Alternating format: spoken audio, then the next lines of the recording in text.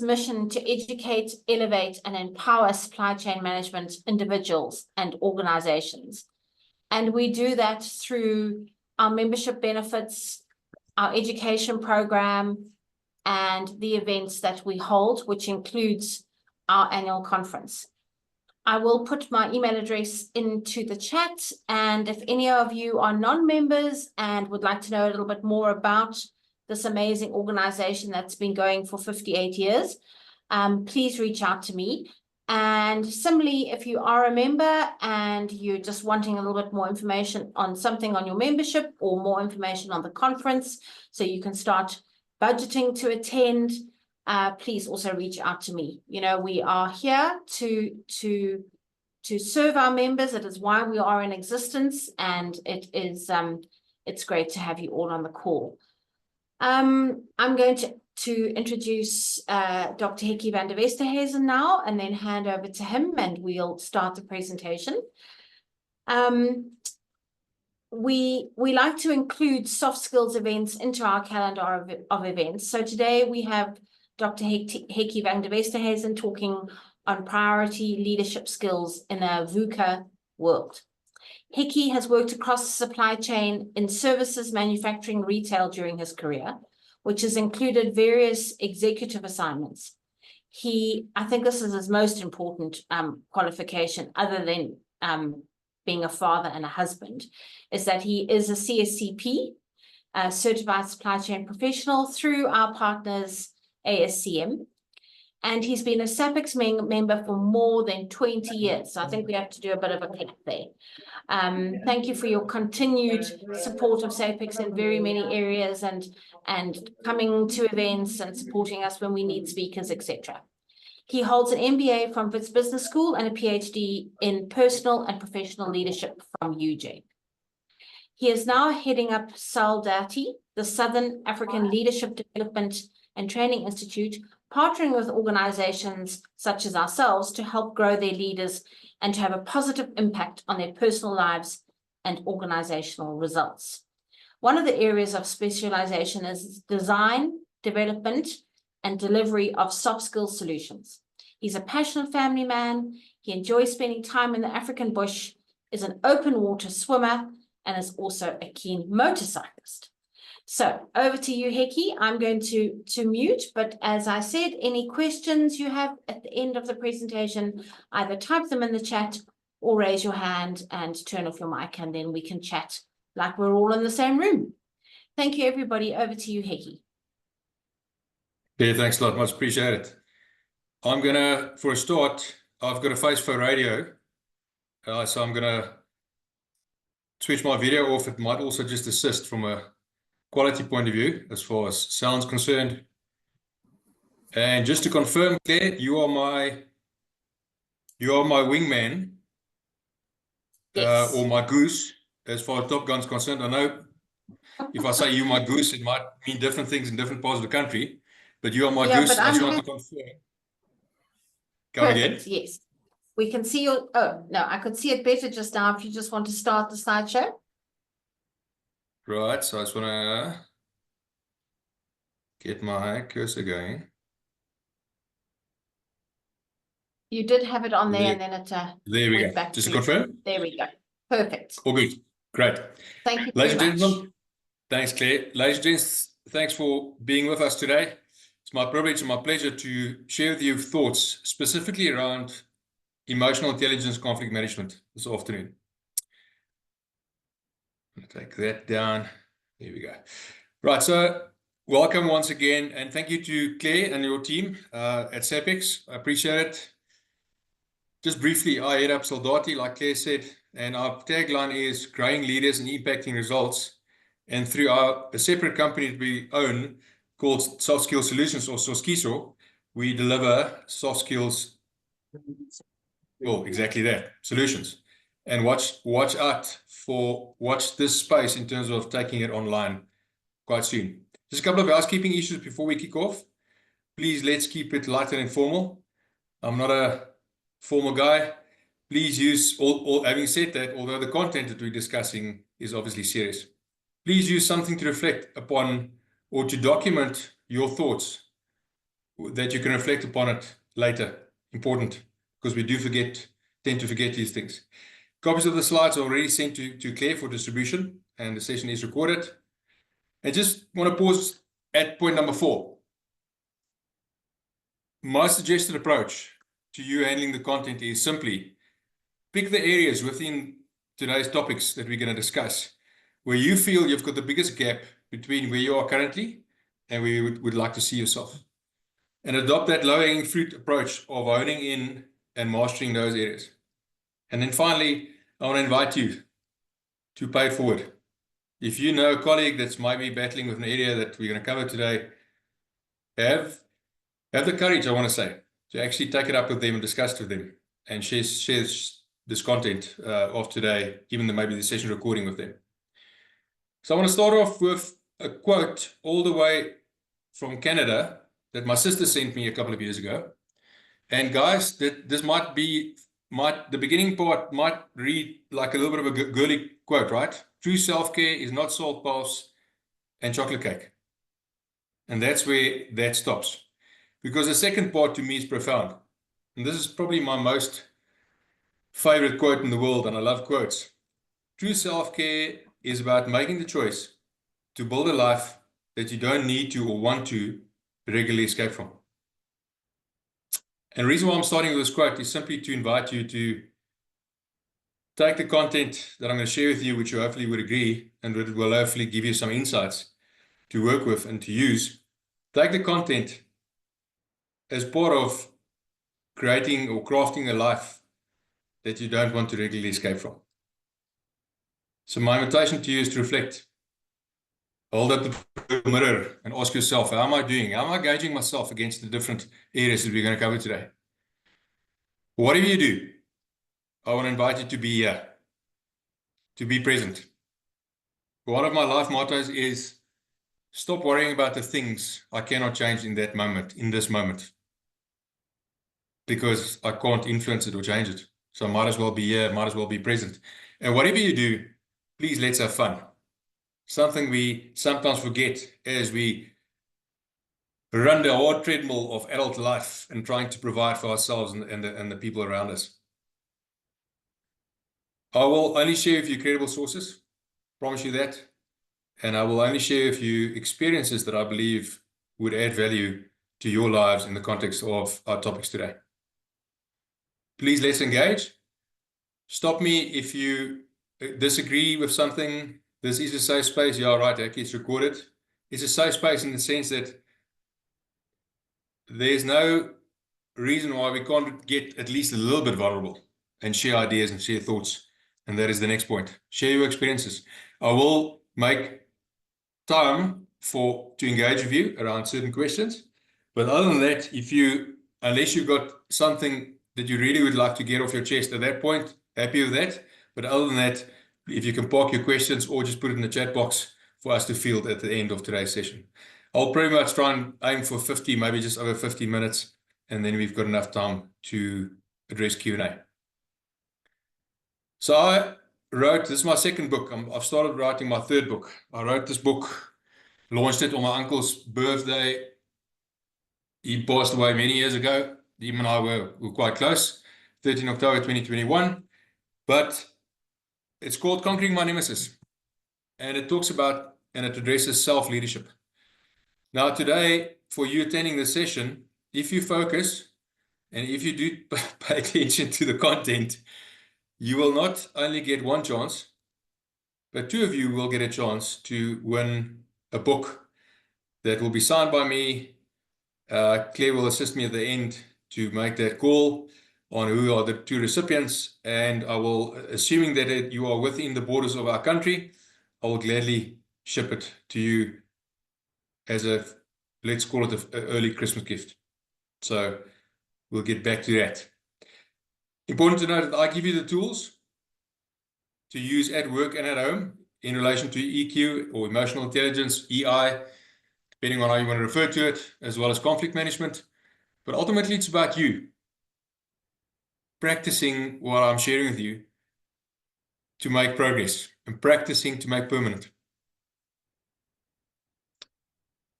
We get hard skills right, and we get a certificate against the wall that tells us we are, or I am an accountant, like my son is busy studying at Stellenbosch. Some of you might be an engineer, or I am a doctor, which my youngest son started in the beginning of the year at Bloemfontein. But the point is, nobody certifies us from a soft skills point of view, right? You don't get a degree in emotional intelligence. You don't get a degree in conflict management. Ultimately, ladies and gents, you and I need to take charge and take it upon ourselves to practice the type of things that we're sharing with each other today in order to become better, more proficient, to the point where you feel you've mastered these areas. Not only for your sake, but also for the sake of the people around you. I want to start off by just doing a quick explanation, and I'm not going to go into the detail, but some people refer to emotional intelligence. I'm going to start there before I get into the nuts and bolts of conflict management, because the two go hand in hand. Some people refer to emotional intelligence as EI, as far as an acronym is concerned. Most people refer to it as EQ, although EQ actually refers to the metric of emotional intelligence, just for interest sake. So the question is, what is your EQ? And why does it matter? Well, I would like to believe that if you didn't think it mattered, you wouldn't have been here today. So obviously you do agree that it does matter and that we need to work on it to the point where we feel we've mastered it. So the father of EQ is Daniel Goleman. He really made the EQ, or the emotional intelligence, or the EI concept well known. And in this book, he makes a very important observation.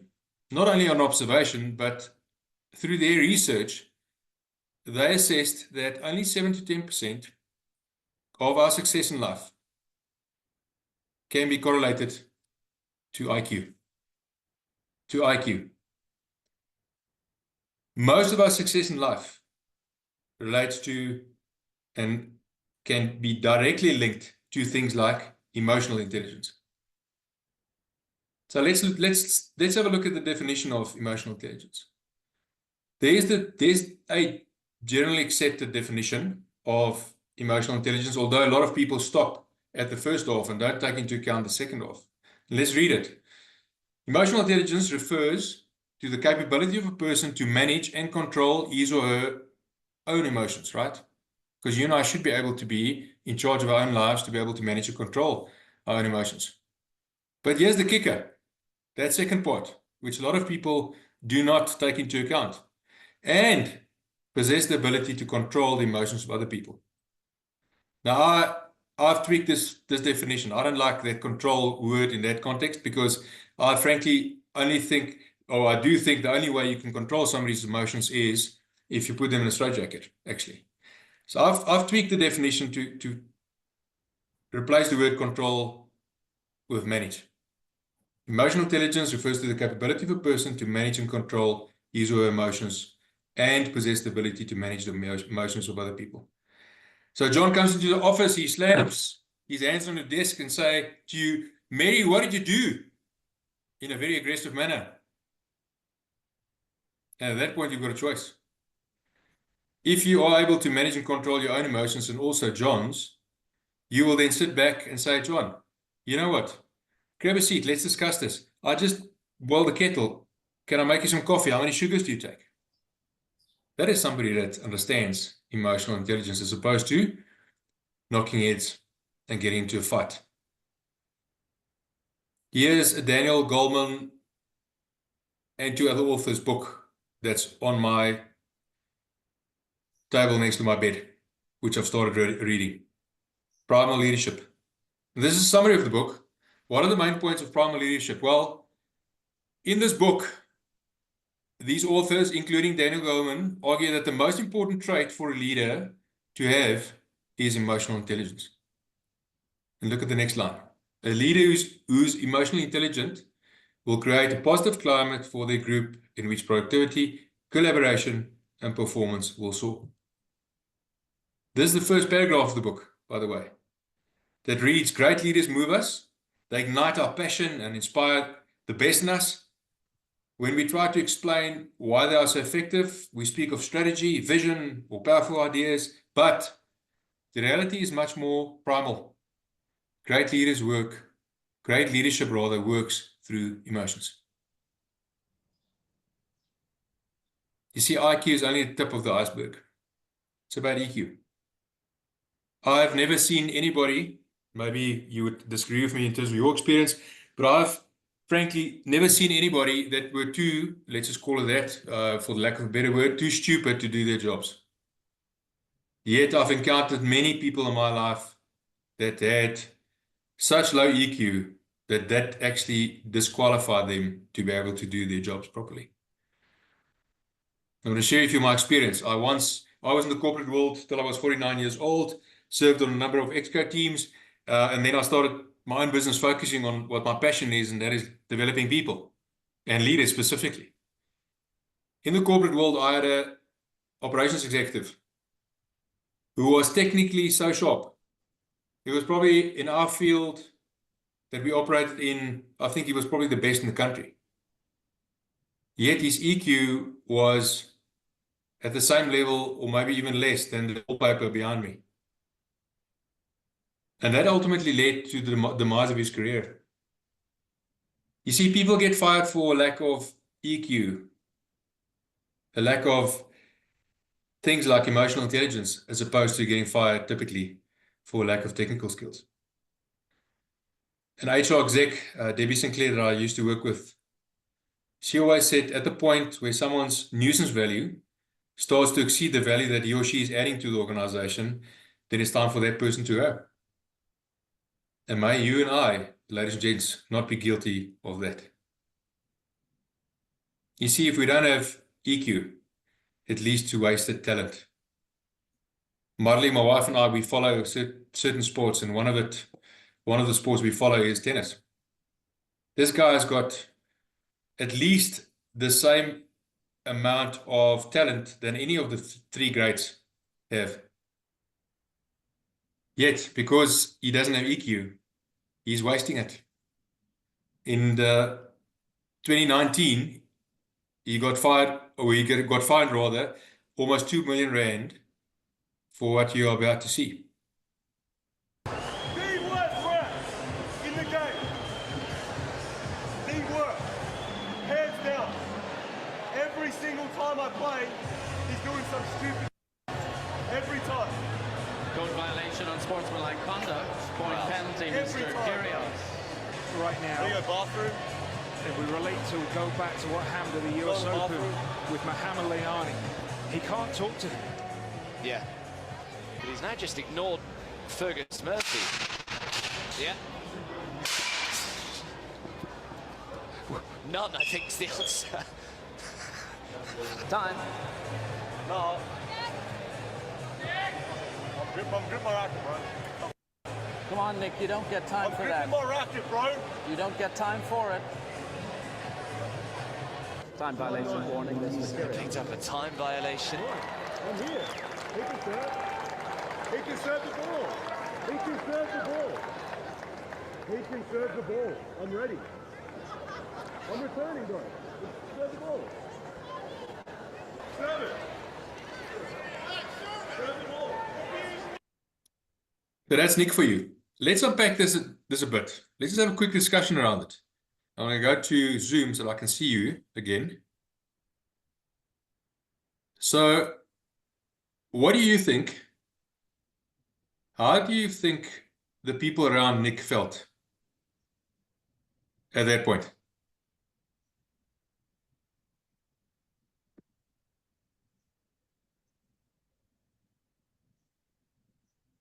Sorry, I would say embarrassed. Yeah. Get on, absolutely. Embarrassed? Anybody else?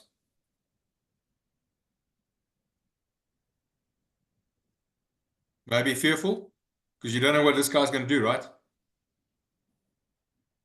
Do you think the ref had high EQ?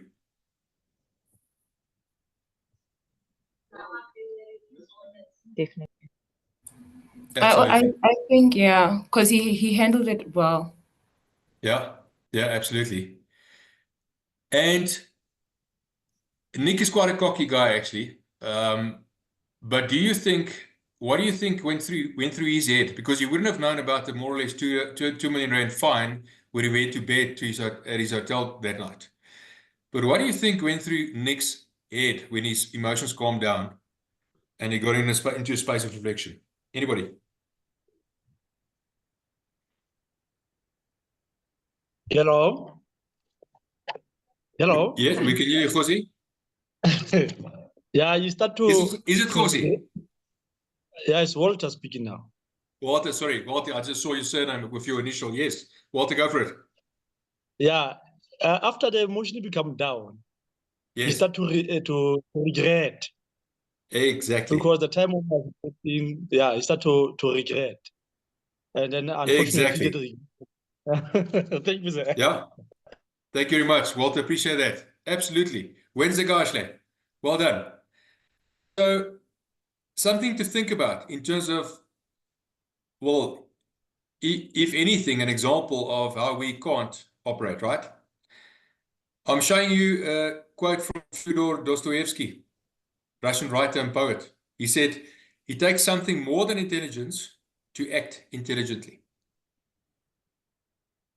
I want to ask you, and I'm not going to try and go out of presentation screen again. I can hear you, so that's fine. What can you individually and collectively in your teams or in your team do to influence your organizational culture to promote high levels of EQ? What can you do? Yeah, hello, it's Walter again. Yes, go for it. The thing that I can just encourage is based on when you come to consider the principle of the operational management, we Yes. got the one category categorized as total quality management. It is where Yes. now it's going to be engaging with the development by teaching people to control the emotion at the workplace and so on. You know, we are just Yeah. for one goal for the prosperity, because development is very, very core on the sphere of the organization. I thank you. Yes. Yes. Walton, you actually touched there on two things. Am I right in saying that, first of all, it starts with us? It starts with me to ensure that I lead by example, also when it gets to managing and controlling my emotions, right? Yes, sir. Yes, because the leadership starts with you first before you can just escalate to the other people. Even management, Absolutely. it start with you first to manage yourself, and then before you can just sell to other people. I cannot agree more. Thank you. Anybody else? Yeah, I think. Yes, Carol, go for it. I think you have to hold others accountable as well, and kind of call out those who are not reflecting what you require. And I'm not necessarily just talking about your employees. It could be leaders, other leaders in the company. You know, it's if they aren't, it isn't brought to their attention that their behavior is not acceptable, they're not going to be able to change it. So I think being able and feeling comfortable enough to have those conversations with your peers is something that's very important for that kind of thing, for the organizational culture. Absolutely, Carol, you're hitting the nail on the head. It's a question of, are we psychologically safe enough, and do we have a culture of open communication to have those kind of conversations, right? And if I may add to that, it's also understanding your own boundaries. You know, yes. What are you prepared to accept and not accept, and to respond in an unemotional way? Absolutely. But Sylvia, would you agree in terms of what Carol originally mentioned, that it's important that we call out guys that do not behave like they should be behaving? Because if we don't, what's going to happen? Absolutely. Yeah, we're going to create that culture of it's correct. It impacts the whole team. Absolutely. And it gets to being a cancer ultimately, right? Yeah. Because if we condone this, we accept it. If somebody behaves badly. Right. Can I also All good. Yes, go for it. I think self-awareness as well is quite important because it's not only about what the other person is doing, but I am also part of the culture. So I also need to be aware of myself, so that I can also hold myself accountable. Absolutely. Bushlebetu, where do you live, and which city? Midrand. Midrand. You must go to Monte Casino tonight. You must play the slots because you can see ahead. I think you're clairvoyant today, so you might see the numbers coming through when you play the slots, because we're going to talk about that just now. Okay. So absolutely, I think one of the most important traits as a leader is that we are self-aware. And getting back to what we said earlier, some people are not as self-aware as others, and then the others need to point it out to them, right? Right. Let's move along. I want to tell you a quick story, but there is a lesson in the story. Marlene and I, my wife and I, went to Paris for a week and a bit in 2018, and then she joined me for. We actually were on the same exco team at this company. She joined me for my 4-day trip to Italy, and I want to tell you a story about the white rental car visit to Bologna, the Ducati factory. As a motorcyclist, I wanted to see that at the end of my trip, or then our trip. She joined me at the last minute for that, and then a GPS app. So we were driving the previous day from the beautiful town and the romantic town of Rona, as in Juliet and Romeo and Juliet, to Bologna. And I'm a planner, right? So I asked Molly, please tell me, to plan for the next day, how many minutes is it from the hotel to the airport, local airport, to fly to Charles de Gaulle in Paris and to fly back home? And she Googled and she said 20 minutes. I said, great. So we got to the hotel. Next day, we arranged for a late checkout. We went to the Ducati factory. But then we still had a big ticket item outstanding, buying outstanding gifts for people back home. So Molly is a very seasoned traveler. She got onto a GPS app. She directed us from one shop to another, and we battled to find what we wanted to get, and eventually we drifted further and further away from the hotel. So needless to say, when we got back to the hotel to get our bags that they stored for us, we were a little bit late. We got down to the basement parking, packed our stuff, all the bags and the presents and everything else. And I got out of basement parking, and I more or less had an idea how to get out of the airport, or out of the hotel rather, to the airport. And then I looked at my dear wife and I said, please, would you direct me? And it went quiet for too long. And I looked at her direction again, and she was like, white, like that rental car white. And I said, what? And she said, the GPS says it's 2 hours. And at that point, I almost went the red of the Ducati wall that you see there.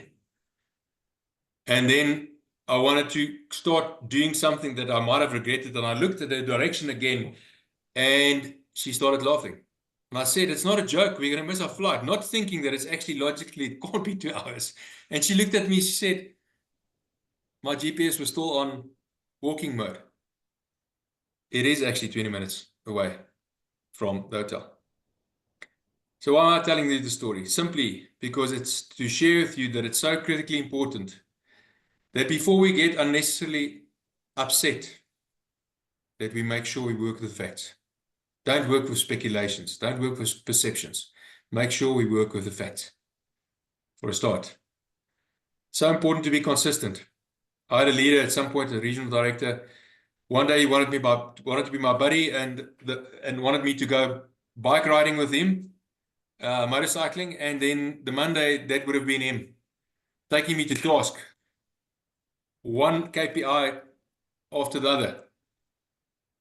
We can't be inconsistent if we're leading ourselves, if we're leading others, because then people don't know who they're dealing with, right? Am I dealing today with personality A or personality B? Yes, we all go through moods and mood swings that goes up and down. Some of us more than others. But the point is, by and large, we need to be consistent. Lincoln Shafi said, trust is built with consistency. And instead of snapping, find a way to snap out of it. I had a merchandise exec when I was general manager of a retail company. And let's just call her Sophia for the sake of the exercise. She kind of looked like this lady as well. And she used to get so upset, even at our country head, which was my boss, that she would snap at them. And then I called her one day, I called her aside, I said, Sophia, Doesn't matter how much value you add to our company. You're going to be fired. She said, Hekkie, but I don't know what to do, in this Italian voice. I said, well, find a way to snap out of it. She says, how? And then I said, okay, when you get really upset and you know, I asked her, do you realize you're getting to that point? She said, yes. I said, the next time before you get to that point, just say to everybody, excuse me, I need to go to the ladies. Nobody's going to question you. And when you do leave the room, you don't need to go to the ladies, walk around the block. But when you come back, you've used that as a mechanism to cool down. Snap out of it instead of snapping. Find a way. And that's where also, to your points, where self-awareness comes in. So the question I think I would suggest you ask yourself is, which behavior in others trigger an undesirable response in you? You just get those guys that you just like to put that knife into your side. And they just know which buttons to press, boy oh boy. And ask yourself, what can you do the next time to counter such undesirable response? Don't take the bait. And it starts by putting personal boundaries, which I think was mentioned. Years ago in my life, decades ago, I said, I will never ever be in a management meeting where somebody gets me upset. I refuse. That's my personal boundaries. Whatever it takes, I will take it outside afterwards. We'll sort it out behind closed doors if we have to. But I refuse to go there. Abraham Lincoln said, better to remain silent and be thought a fool than to speak and remove all doubt. And make like a duck, one of the sayings we had in one of our exco teams. We are leaders. We can paddle like mad below the surface, have all these emotions running through our veins. But boy, oh boy, again, we need to be cool, calm, and collected above the surface. Then we have EQ. And avoid impulsiveness. Just a quick story. And there's the definition of impulsiveness. Doing things or tending to do things suddenly without careful thought. Acting or tending to act on impulse. My dad always used to say, and he's still around, I'm thankful for that, him and my mom, he used to say, if there's an important decision, sleep over it. And guess what? He didn't follow his own advice. Because one day, growing up in a very small town, after the local shop was closed, he drove to the big town, 30 k's away, to go and buy bologna and cheese, which my mom asked him to go and get. And long story short, he came back with a Cressida. Avoid impulsiveness. Impulsiveness is not a good sign of somebody or is not a sign of somebody that has control over their emotions and can manage their emotions. Claire, can we just make sure that everybody's on mute, please? Connor, if you can just assist me, please. The acid test, I think, of EQ is to choose the counterintuitive response. And there's no better example than that one, right? Taxi pulls in front of you.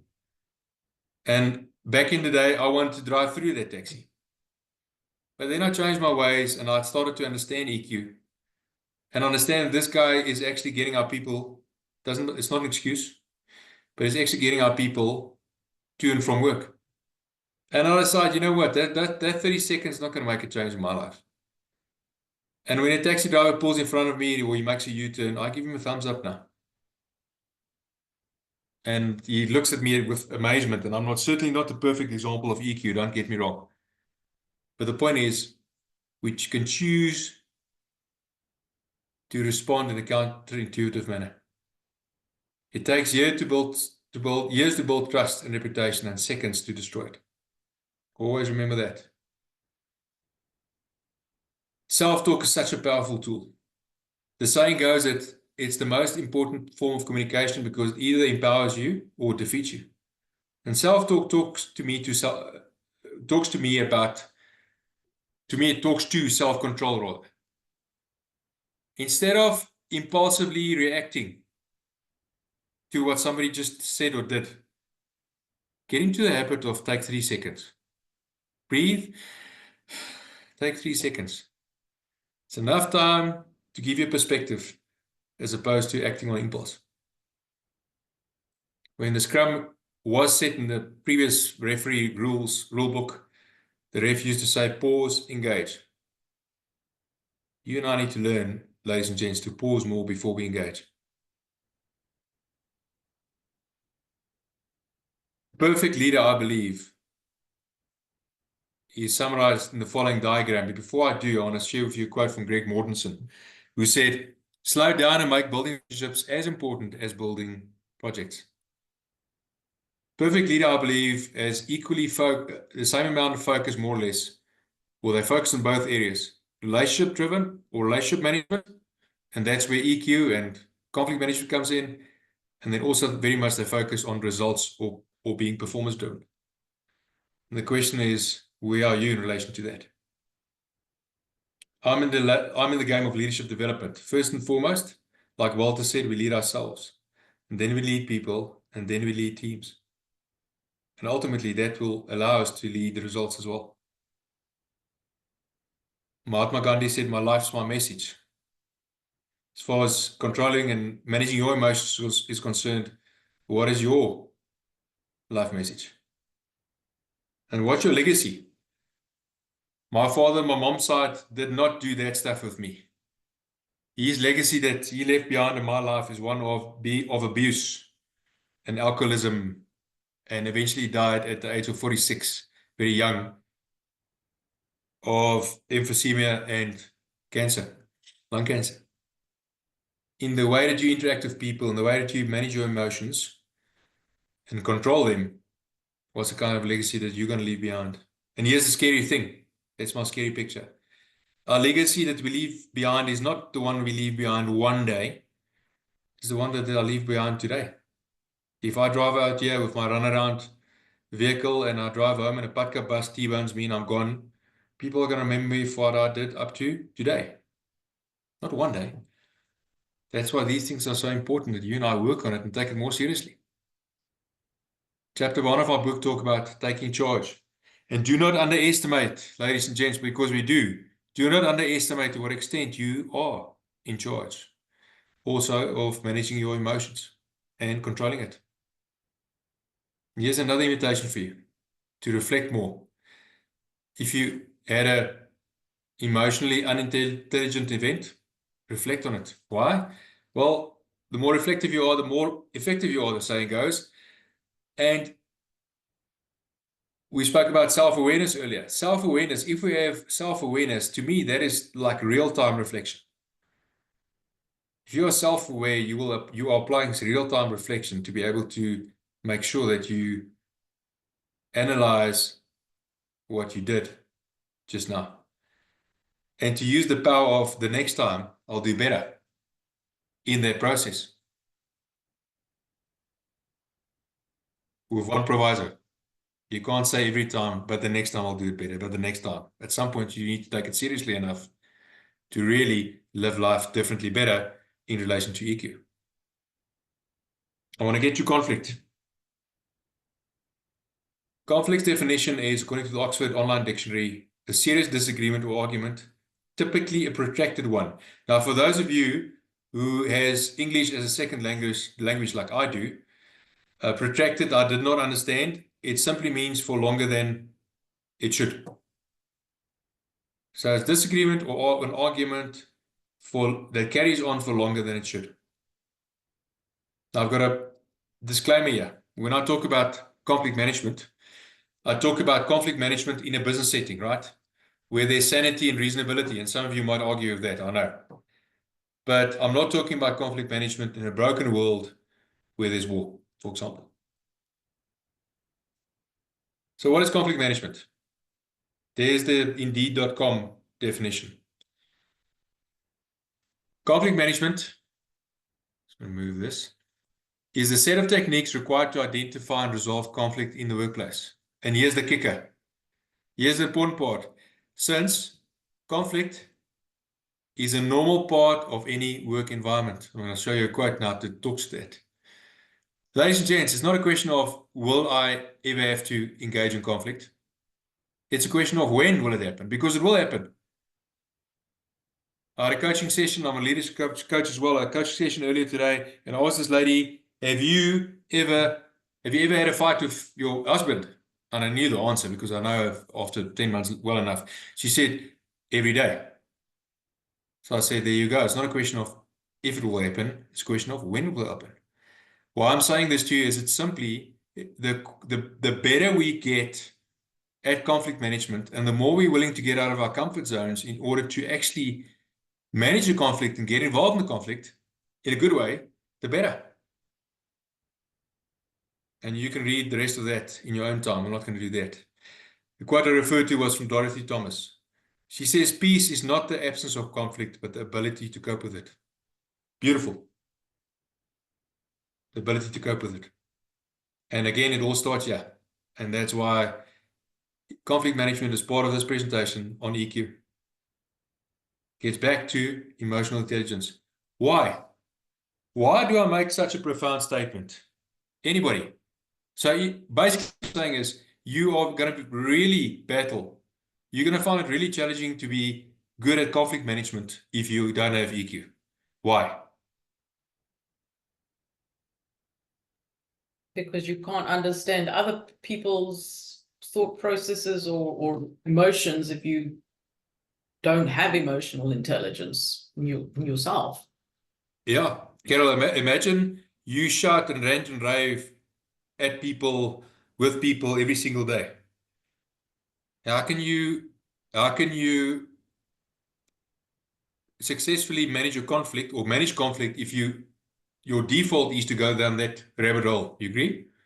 Yep. So the first prize is to master emotional intelligence in order to be equipped to master conflict management. That is what I firmly believe in.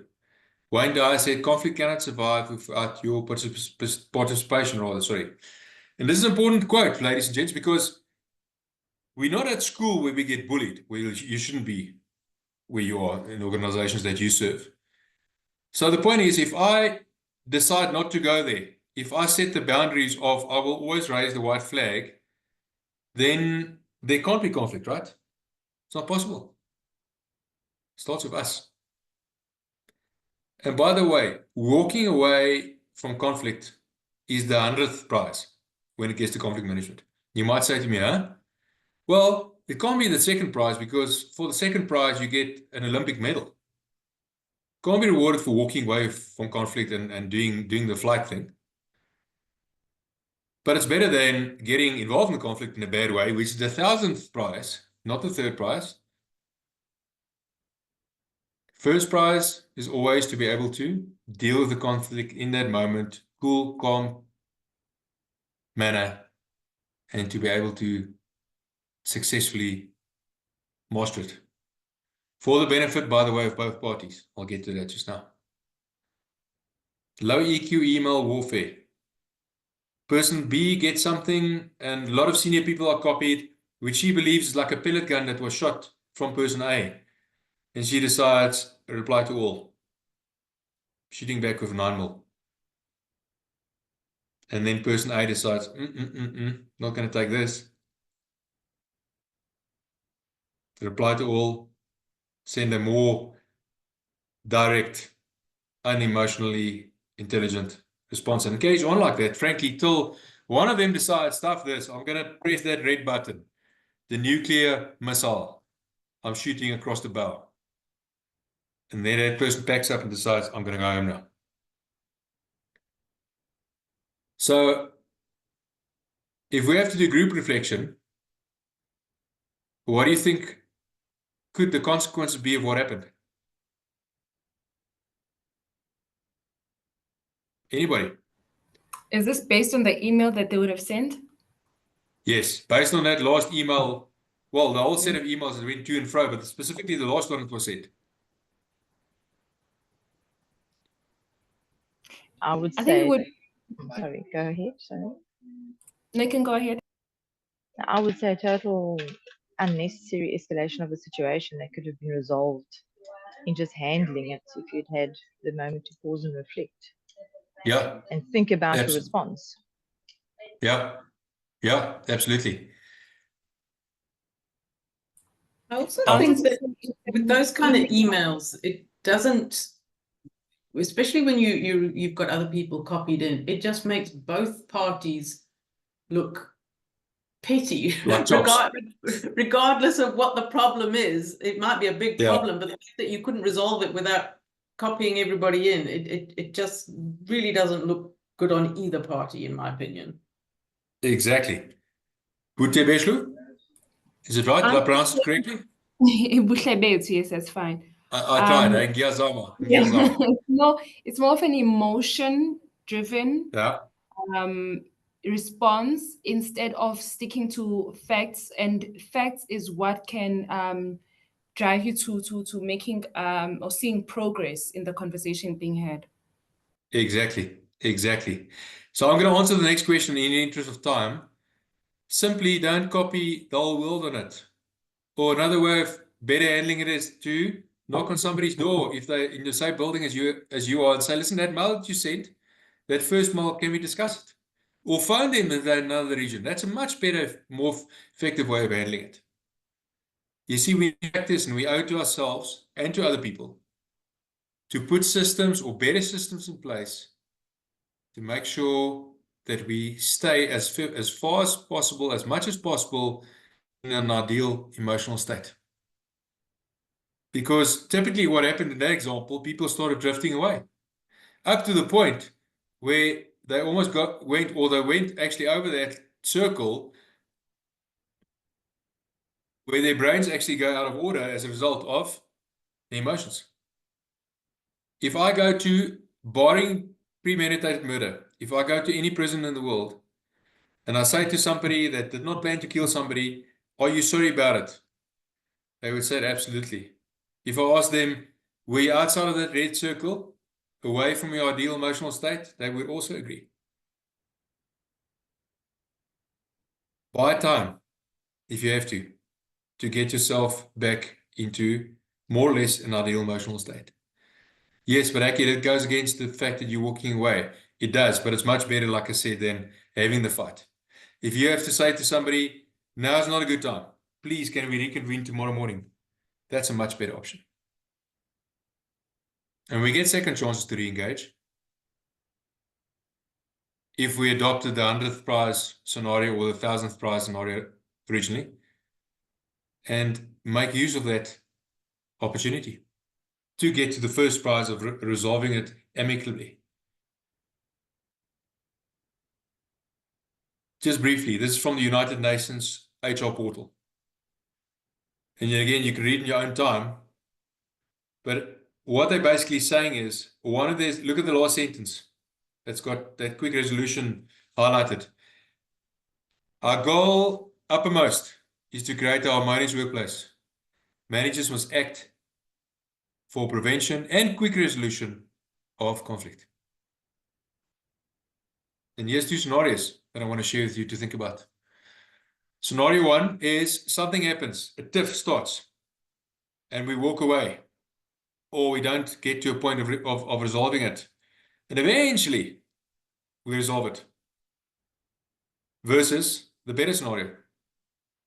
Something happens, and I decide, even if it's a question of doing the counterintuitive thing, to go to the person and sit down and resolve it. Much better. And the difference between those two timelines is missed opportunity. Even if you have to get over yourself and be the one that leads the way and adopts a counterintuitive approach. I want to share with you briefly practical tips in conflict management that I've gained over the years. I'm 54 now. So first one is, it's not what you say, but how you say it that counts. Bear this in mind. Put yourself in the other person's shoes. Have empathy. Don't only think about your point of view. Ask yourself, what I'm about to say or do, will I be proud of it afterwards? The 3-second rule. Before you actually do and engage in a way that you're going to regret afterwards. The reality is, this might raise a couple of eyebrows, but when left unresolved, I believe conflict just gets worse. Unless somebody dies. Oh, thank goodness that guy left the organization. Guess what? You're going to see him at church or the local golf club or whatever again. You haven't resolved it. Number 5, use self-talk productively when managing conflict. Oh, I'm going to clap that oak. No, you're not going to, Hekkie. You're going to behave in a way that you're going to be proud of yourself. Put your pride in your pocket and keep your testosterone levels in check. And ladies, you also have that. It's the hormone that wanted to make you fight. Play the ball, not the man, to use the rugby or the soccer analogy, or not the woman. It's about the issue. It's not about you and me. It's about the issue. Let's focus there and direct our attention always to resolving the issue. And only focus on a win-win. It's about finding an optimal solution. We both can win to an extent. Today you win maybe more than I do, but it's okay. Next time it's the other way around. Start small and practice the skill of conflict management as much as possible in the small opportunities. Whatever it takes, don't cause permanent damage to relationships. Probably the most important thing. Number 11, trust that the other person does not have bad intentions. And it will just make you work from a platform where you'll just get much better results. Be the least now, ultimately be the most. And then a final one that I want to share with you is, always remember, you either deal with an issue or ultimately the issue will start dealing with you. I'm going to briefly touch on this. If somebody says something in a meeting that you might deem as negative feedback, typically we start our emotions start to creep up, and we selectively listen after that. So a good technique is, when somebody tells you something that you deem as criticism, to say to them, just to check my understanding, is this and this and this what you're saying? And very often they might say, yeah, that's how I started, but that's not really what I want to focus on. Because if you don't do that, you're holding this grudge of a perception that you got based on feedback that you received. And 3 years later, you're driving the car with this person, and you say to this person, remember what you said on this day? And they say to you, what? That's not what I meant. Check your facts once again.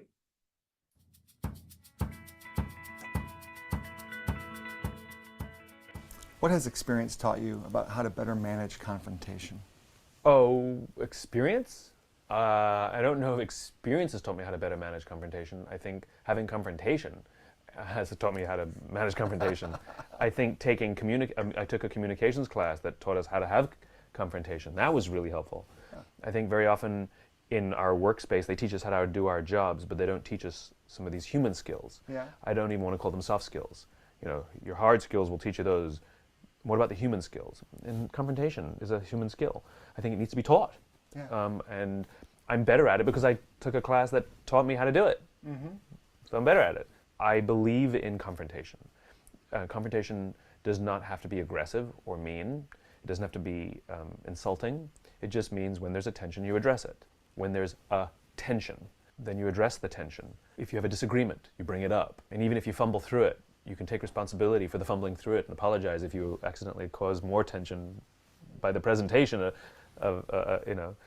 And I think accountability is a large part of it, you know, which is, I think, when there's a confrontation, one has to be willing to take accountability for your role in whatever circumstance you need to confront. Sometimes it usually takes 2 to tango. And it's not about being right. It's about expressing how you feel and trying to understand how they feel, taking responsibility for what you may have said or done that made them feel that way, and asking them nicely to please see how you feel and get them to take responsibility as well. So yeah, no, confrontation's great, but we need to learn how to do it. And I think a good relationship is when you get to get better at it with each other.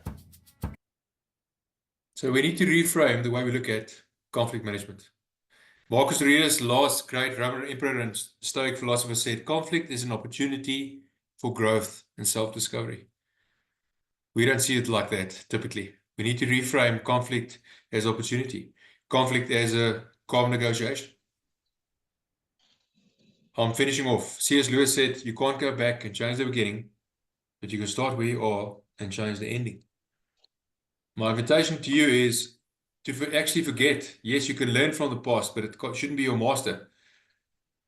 But actually forget, in a sense, what happened in the past, but to start with a new clean slate and see what you can do to not only control and manage your emotions better, but also to be more effective, more successful at conflict management to get to better outcomes. Practice it once again. It's a soft skill that we need to practice, like Simon Sinek said as well. You're in charge, remember? And there's 3 things that I always refer to. You have the motivation to address these things, right? Otherwise you won't be here. The question is, what choices are you going to make to get to those better outcomes? And are you going to consistently apply enough discipline to ensure that you're successful day by day? So I want to end and say thank you. Remind you of the book giveaway. So Claire, I need your assistance here, please. Are you? I'm on it. I'm on it. You're on it. Great. And Con's on it too. See who responds to that first. Shout it out. Shout your name.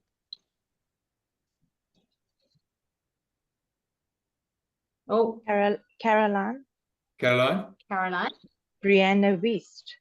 Well done. You're quick on Google. Well done, Caroline. No, I actually took a screenshot because I liked it, so I've got it in front of me. Yeah, well done, Caroline. Are you in South Africa? I am, yeah, I'm in Cape Town. Okay, cool. Great. So Claire will make sure I get your details. We'll obviously respect the pact. And who wrote this, ladies and gents? Not Caroline, somebody else. Sorry. Right, so who wrote this? C.S. Lewis. Carol. C.S. Lewis. So Caroline and Carol. Am I right in saying that, Claire? Yes, I think you got them on. Con, would you agree with me? Yes. Great. Right, I am a little bit over time. Apologize for that. Please invite me to join your LinkedIn network. Those are my details. If you want to contact me, you will see it.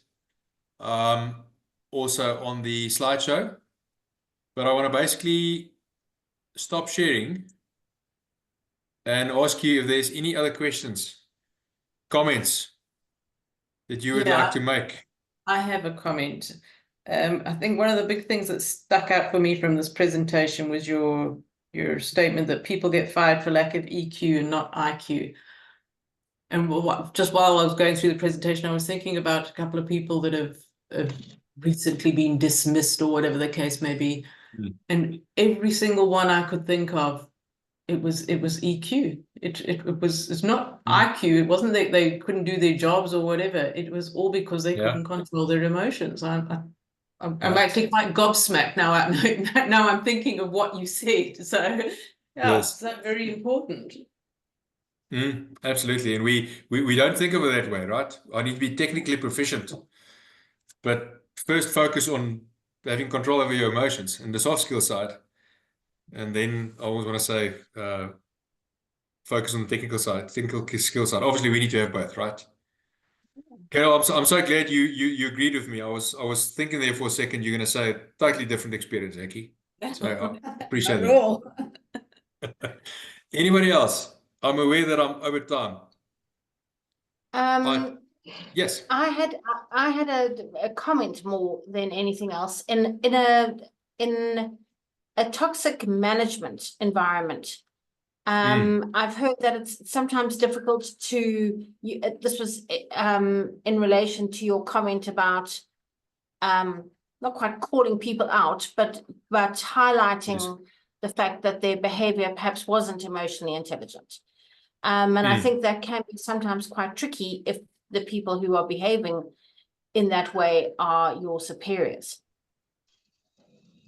So if I can respond to that, Claire, and I honestly firmly believe this, if even the CEO, the top dog, does not have the approach that anybody can take him to task, and if what they say is accurate, he will reflect and try and change his ways. And if he's not willing to take that criticism, he will probably be a leader of a culture that does not embrace psychological safety. that does not embrace open communication, which mature organizations have as part of their culture. Yeah, and should be striving for. I like the comment of be able to remain calm when someone is throwing spanners around, yet firm in your decision. I thought that was really quite cool. Yeah, nice insight. one. Yeah. Right. Any other ladies and gents? I know we are over time, but thank you. Thank you, everybody, for lending me your ears. Oh, Walter. I think Walter has something. Doctor. Yes, sir. You know, you can just call me Hekkie. Doctors for the academics, yeah. Walter. Oh, yeah. This presentation come to a sense of me that okay. I was thinking this word sustainability development. It is only for the environment purposes only there, but you just give me a sense that always in life consider everything that you are doing, because you are engaging with different people, different things on different environment, imposing the word sustainable development, because of you're gonna just be meeting your current need without compromising the need of the coming generation. Because the thing is that as a people, as a human being, currently now we are on our own era, but we got only a limited time in this earth. Now we should, by all the means, ensure that we are making a difference, and it will give me a good sense that okay, in life, ensure that wherever you go with the posting button. Once you see someone reacting otherwise to you, ensure by all the means you pause the button before you can react. Thank you, sir. Absolutely, and to your point, and I love what you're saying. Whatever we do, also from our response point of view, what we say and how we act, should be sustainable, right? It should lead to sustainable outcomes. Yes. Thanks, Walter. Good one. Thank you. You're welcome. Right, Claire, I just want to say to everybody, thank you very much. Again, apologies for stepping over time. It was great for me to spend the time this afternoon with you. Thank you for lending me your ears, and I wish you all the best and success, specifically in mastering EQ and conflict management. I wish you all the best. Thank you so much. Thank you very much. Thanks, Carol. Thanks, Thank everyone. you, Carol. Thank you, Hekkie. Thank you. Thanks, everyone. Thanks, guys. Goodbye. Have a good Cheers. evening. And Bye-bye. you, thanks, Claire.